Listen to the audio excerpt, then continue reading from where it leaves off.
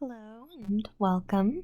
I'm Katie, your lovely little lesbian, and I thought I might tell you a bit about the design that I'm working on, in particular this character named Captain Maira, and a bit about the pose, which was heavily inspired by contact juggling, in part because of Labyrinth, and in part because of a few of the mechanics that I think are really interesting in the D&D campaign that I have been playing in for about a year now. One of the things is that the place called the World Below is always meant to be very low magic. It's a lot about survival, a lot about learning how to navigate a world that is very different to our own, and how the people there sort of solve difficult problems and questions. For example, the world was always designed to have an inaccessible sea level. The environment at ground level is just not able to sustain human life. And so many of the people live atop mountains. There are 4 major settlements, a den of thieves called Sparrow's Peak that is somewhere in the southern mountains known as the Painted Hills. It's a bit of a lowland. However, the site itself is very difficult to find, and instead traversing the site with an airship or two will largely find you bemused shepherds and people often teasing you that it's no such thing as Sparrow Speak.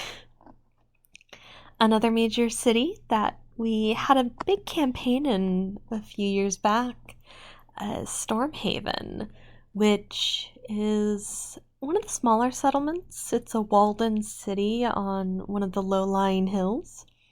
They're more closely connected to the halfling community that would live around them, and we do believe they may have once been connected to a major trade route that went west, but it seems to have fallen apart over the years.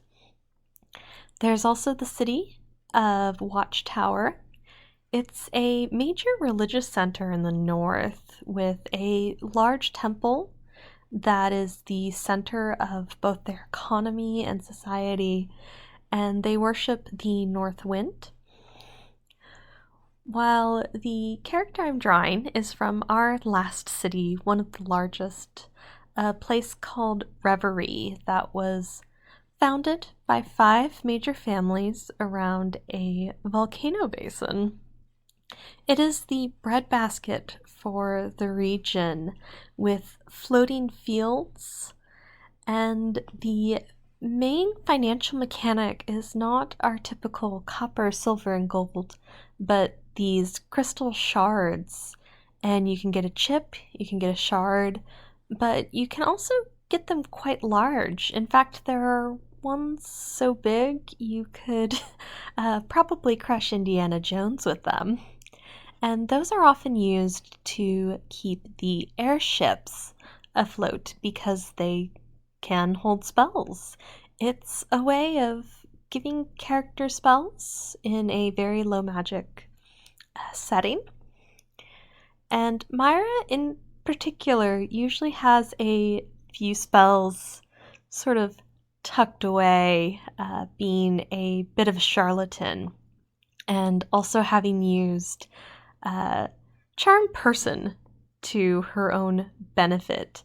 In particular, Maira's ship, the Curiosity, had once been owned by her previous employer, but he had never made much money, and Maira generally thought quite poorly of him, and having saved enough money, decided that she was going to buy the ship from him. Unfortunately, the man was convinced only through the spell Charm Person which often you remember that it happened. And so Maira, along with a bit of a ragtag crew, ended up having to flee Reverie before the ink was dry on her purchase of the vessel and before the charm person wore off. So before I ramble too terribly much, I am going to put on some music and let you all enjoy the rest of the paint. But do take care, and if you would like to tell me about one of your D&D campaigns or one of the characters, I'd love to hear, so feel free to comment below. Alright, love you all. Enjoy.